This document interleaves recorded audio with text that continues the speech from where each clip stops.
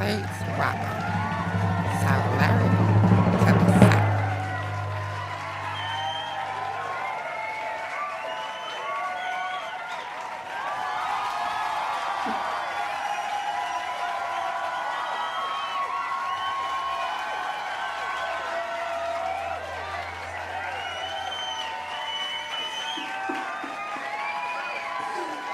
Oh my goodness.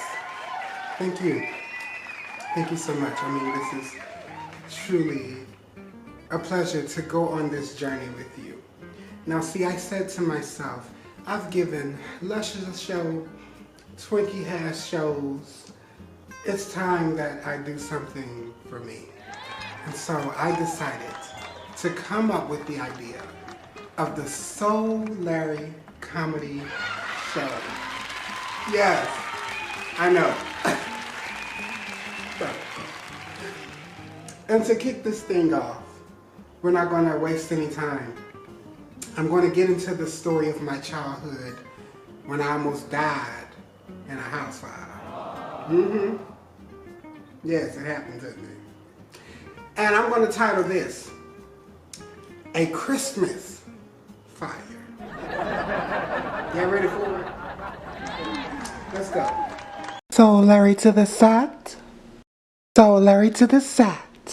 Ooh, Soularry to the set. Oh, hey, Soularry to the set. Hey, hey. Soularry to the set. Oh, hey, Soularry to the set. Hey, hey, Soularry to the set. Hey, hey, Soularry to the set. Hey, hey. Soularry to the set. Now, just to give y'all a little backstory, okay? I am from Natchitoches, Louisiana. Okay, I went to Coocherville, okay, elementary / junior high. Yes. Well, who in the house? Who in the house? I had a fabulous childhood. I am one of 4 siblings. I have 2 sisters and a brother. Okay, now to give you just a little backstory of our relationships, you know, me and Riri, we didn't really see eye to eye. Okay, we couldn't stand each other. Okay? You know, I'll give you the perfect example. Now, you know, when you can't stand your sibling and it's time to get a whooping, how you just stand in the corner like, that was our relationship. Candace, we were very close, okay?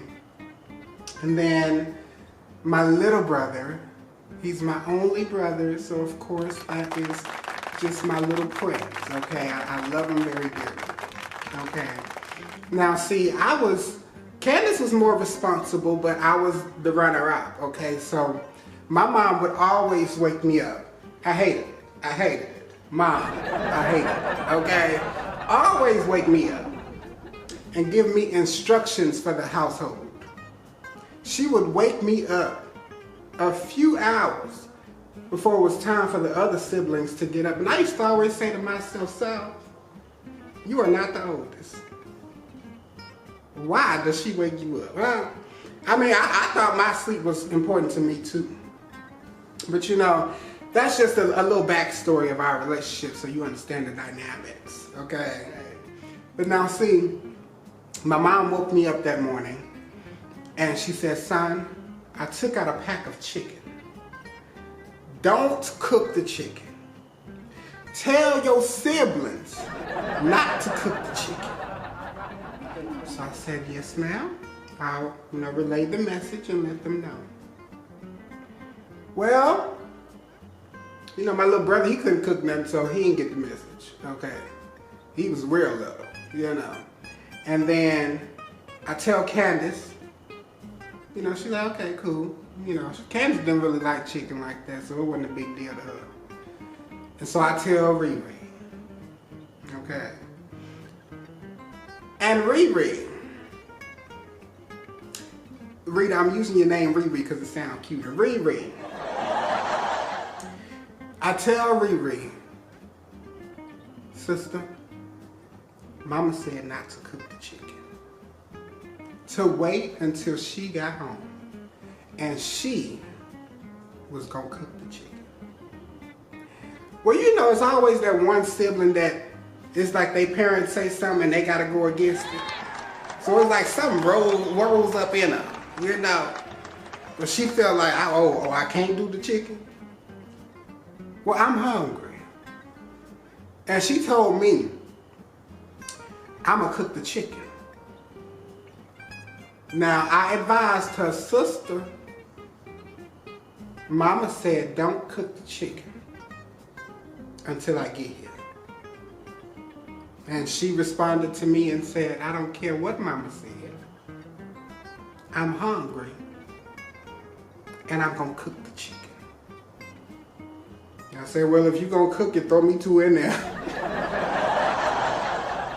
I mean, I wasn't gonna let the grease go in vain, huh? I couldn't let the grease go up and, you know, well, I don't want to say in flames because that literally happened, but I felt like it's not me cooking the chicken. And she gonna cook her chicken regardless. So I might as well get a free meal out of it. Huh? So Riri cooks the chicken. I get my plates. You know, I don't know if it's a Louisiana thing, but any type of chicken, I gotta put some Louisiana hot sauce on it. It just adds to the texture and the taste. Huh? You know what I'm saying. And so we go into my parents' room and we're watching TV, eating the chicken. Mind you, Candace is asleep. She out. And so we eating the chicken. And my little brother, adorable, he was so young, he comes in the room and he says, brother,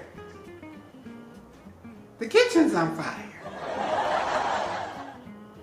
Now we thinking, he little, you know, maybe he was watching a cartoon, you know, couldn't he just go watch TV, it's fine. And I felt like me and Riri had the same experience at the same time. We had the same thought process.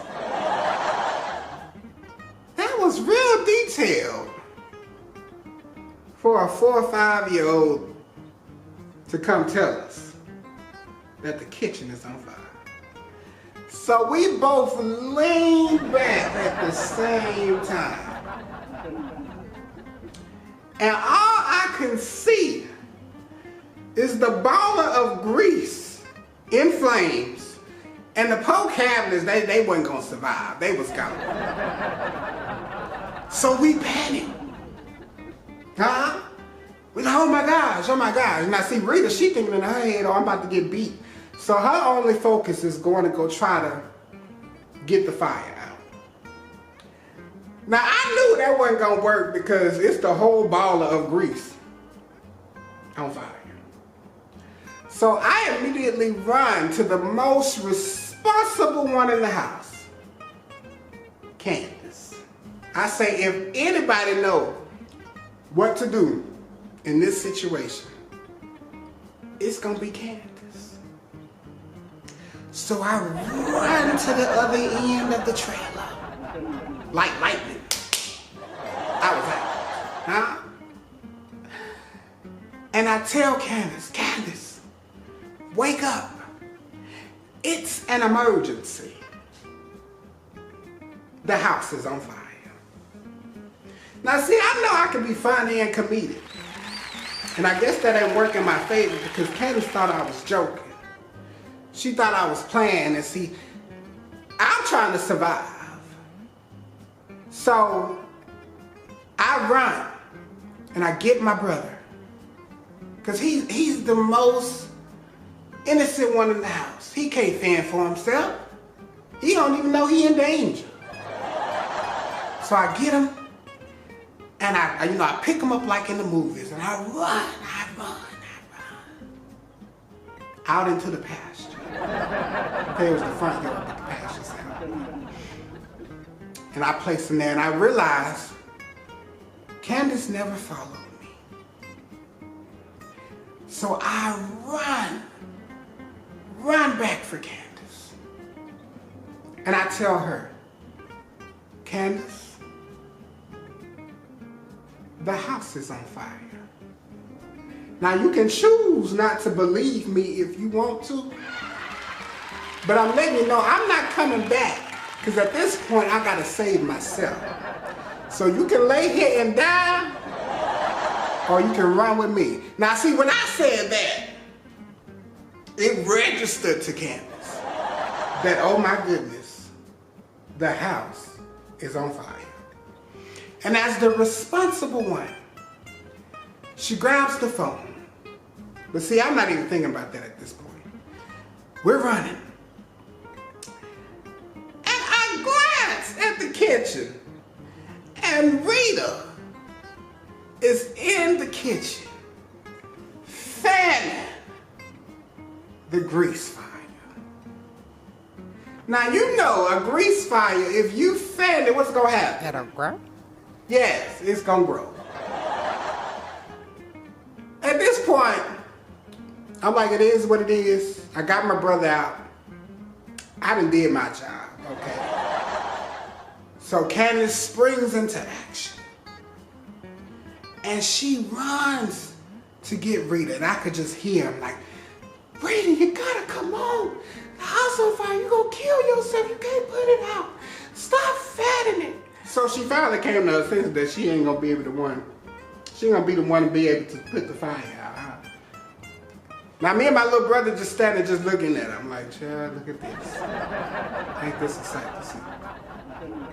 Now see, I was trying to let y'all know this was a pimp down situation, pimp in distress. But Candace ain't want to believe. Anyway, so finally she gets Rita out the house.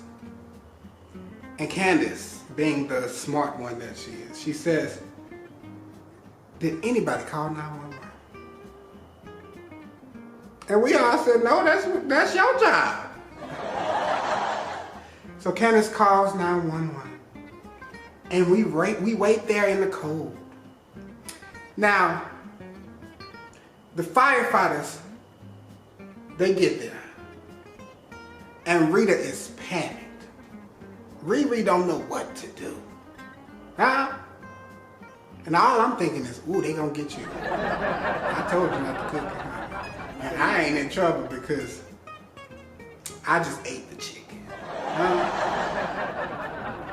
And so the firefighters see that Riri is distraught.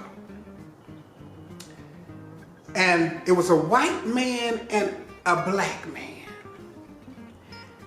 And the white man says, oh, baby, what's wrong? Rita said, my parents gonna beat me. They gonna kill me. So the white man's like, no, they're not gonna do that. They love you. How did the black man say, oh no, they gonna beat you? And I was in agreement. And it was like a movie. My daddy came flying. He had a van at the time. He came flying around the corner to the point where the van kind of tilted. And you know, I felt love in that moment. I said, you love me that much? My mom came. Same thing, car tilting, trying to get to us. I said, they actually do care. They care for us. They love. And you know your parents love you, but you don't know the depth of their love until a situation like that. I mean, they flew. So fast forward, they put the fire out. It wasn't too much damage. The cabinets were gone and stuff, you know. And so we're all having a conversation. And you know, I felt so horrible for my mom. Because I look over and she had bought this Christmas tree this year. My mom was so happy about that tree. It cost $100. Now you know, $100 for a tree, late 90s, early 2000s, that was a lot, honey. She felt so proud of that tree. And I just remember seeing the top of the tree just melting. I was like, oh, Rita gonna get it. She really gonna get it. And so they set us down and they said, you know, this is horrible. But we're just thankful to God that all of you are alive. And I'm waiting. Rita said, I'm so sorry. I should have cooked the chicken.